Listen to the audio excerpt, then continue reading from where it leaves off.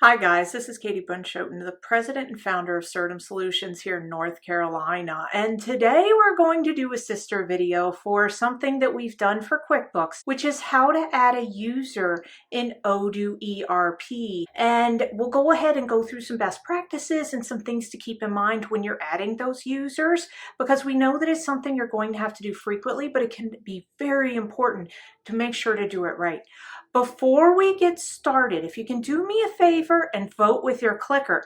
If you like this kind of content on the Certum Solutions channel, like this video for me. If you like our content in general, do me a favor and subscribe to the channel.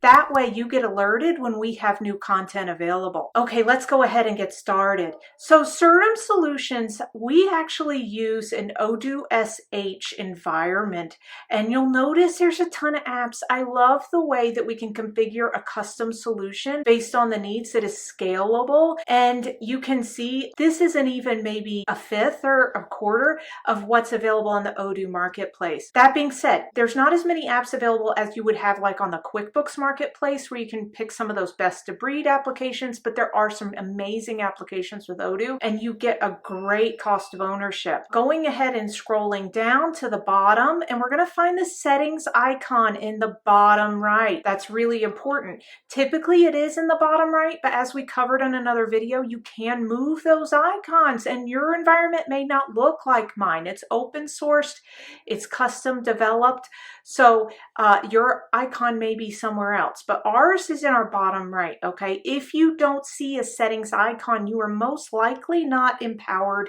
with that level of permissions, which means you need settings access as set at the access rights, or else as an administrator in order to do this task. So make sure that you check in if needed. Now, that being said, we kind of have a custom setup here at Certum, whereas our IT person sets up the initial user on SH because we use single sign-on or SSO. What is SSO? It means that you use a different sign-on authenticator. In our case, it's Microsoft, and you're able to use your Microsoft login to sign in to the Odoo ERP. Once we're in the settings piece, we'll go ahead and click on users and companies. Now, why is companies an option? Because Odoo can handle multi-tenant or multi-company. So if you have several companies and you need to do a roll-up, Odoo's a great solution. For today, we're going to focus on the user settings. And before I click on that, you'll also notice another list of the modules. In most of the modules, you'll actually see an icon in the top menu. And in that top menu, it will say configuration. And where is it bringing you? Sometimes it has a custom configuration section as well, but a lot of the times it's linking you back to this menu, okay? So you can access this menu in multiple ways.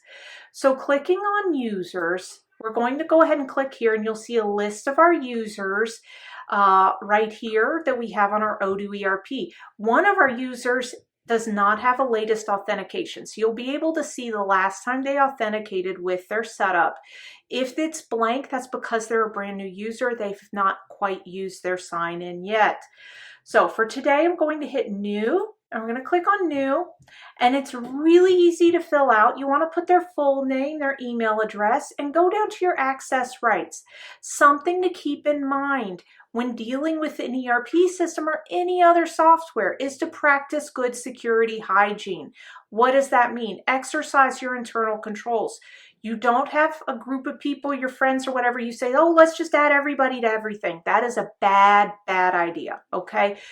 How you use this ERP system in any role-based, this is a role-based system, which means you set up the roles first and then you assign them to people, whereas other systems may be people, where you go in and you set up roles like unique to each individual, okay? This is what's called a role-based system, where you set up roles and you go into each person, you attach them to those role types. Okay, saying that, Internal controls, very important, especially in a system this powerful where you're dealing with stuff that's touching multiple different areas. If I was working with a human resources coordinator, for example, they're probably going to get administrator access to the planning app, which is where we plan our resource allocation hours. If you have a cafeteria or you need to handle some kind of lunch task, they may need access to that. This stuff under human resources, a lot of this stuff they might have full access to. Contracts, I might set them up with employee manager, but not administrator. Whereas with my director of HR or someone else that's a power user, they might get an additional user setting.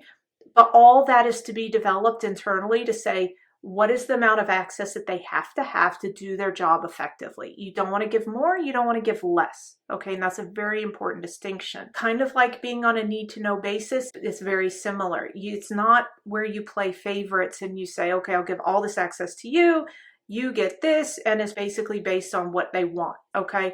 You have to put on your security hat, your IT hat, and make sure you set up the appropriate permissions. If you have someone, a power user, say, or another power user, backup power user, we always say the hit by the truck, and no one likes that. I don't like that either. But if you need to set up a backup user for administration settings, you can set someone up with only access rights where they can go ahead and add access. You can set people up to where they can add configuration settings, okay? That's kind of it in a nutshell. Once you're finished, I always hit the Save Manual button. A lot of times it will auto save, but I use Save manually just in case because I'm OCD. Some screens auto save, some screens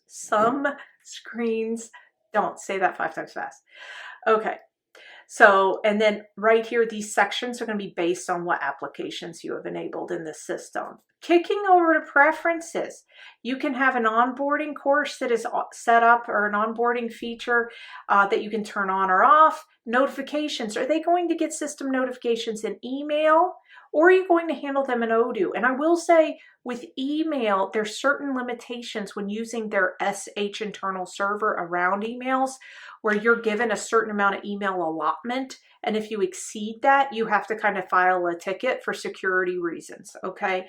Or do we want to handle it in Odoo? You can also, side note, as we did, have a separate email server, which can help with some of those situations. Email signature, your calendar default privacy, your digital signature, digital initials. We have our OAuth, which is why we have our IT person set up user rights instead of just me, because I'm not going to know how to set up the OAuth token.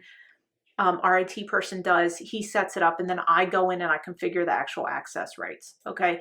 Calendar, and then there's our calendar, last sync time, and that kind of thing. You can add a profile picture here, you can say go to the website, and so forth. With Odoo SH, this is a custom software that is open sourced and is hosted either with their SH platform or on your own local area network or some variant of that, okay? So you'll notice that in the top, we have our own domain. With that being said, if you're adding your accountant, it does offer a smidge of complexity to it, right? This is its all encapsulated system. So you'll need to add your accountant with an accountant access one by one to your environment. Because there's no real way for an accountant to say, I have an Odoo SH customer, 5 of them, and I want one place to access all of them, unless you want to use bookmarks, which is what I use. With Odoo Online, which is a different product that looks very similar, has a few limitations to it, above Odoo SH. So I definitely encourage that, you know, the discovery process and making sure we find the version that is best for you. In Odoo Online, it does have a one-to-many because it is hosted on Odoo server. And so you have a similar situation where you have, here's my accountant portal, and here's all the databases I have access to. So whether you're on Odoo Online or Odoo SH, the process of adding a user is very similar. The only difference is if you're on SH, each one is its own little world. If you're in Odoo Online, that accountant can have access to multiple Odoo Online tenants. That, in a nutshell, are the settings for users in Odoo ERP. If you have questions or anything I did not address, please leave me a comment or shoot me an email. My contact information will be in this video. If there's anything else I can help with, I am always here for you. And we kept it under 10 minutes, so that is a personal win for the day. I hope everyone has a great day, and I look forward to talking to you again soon.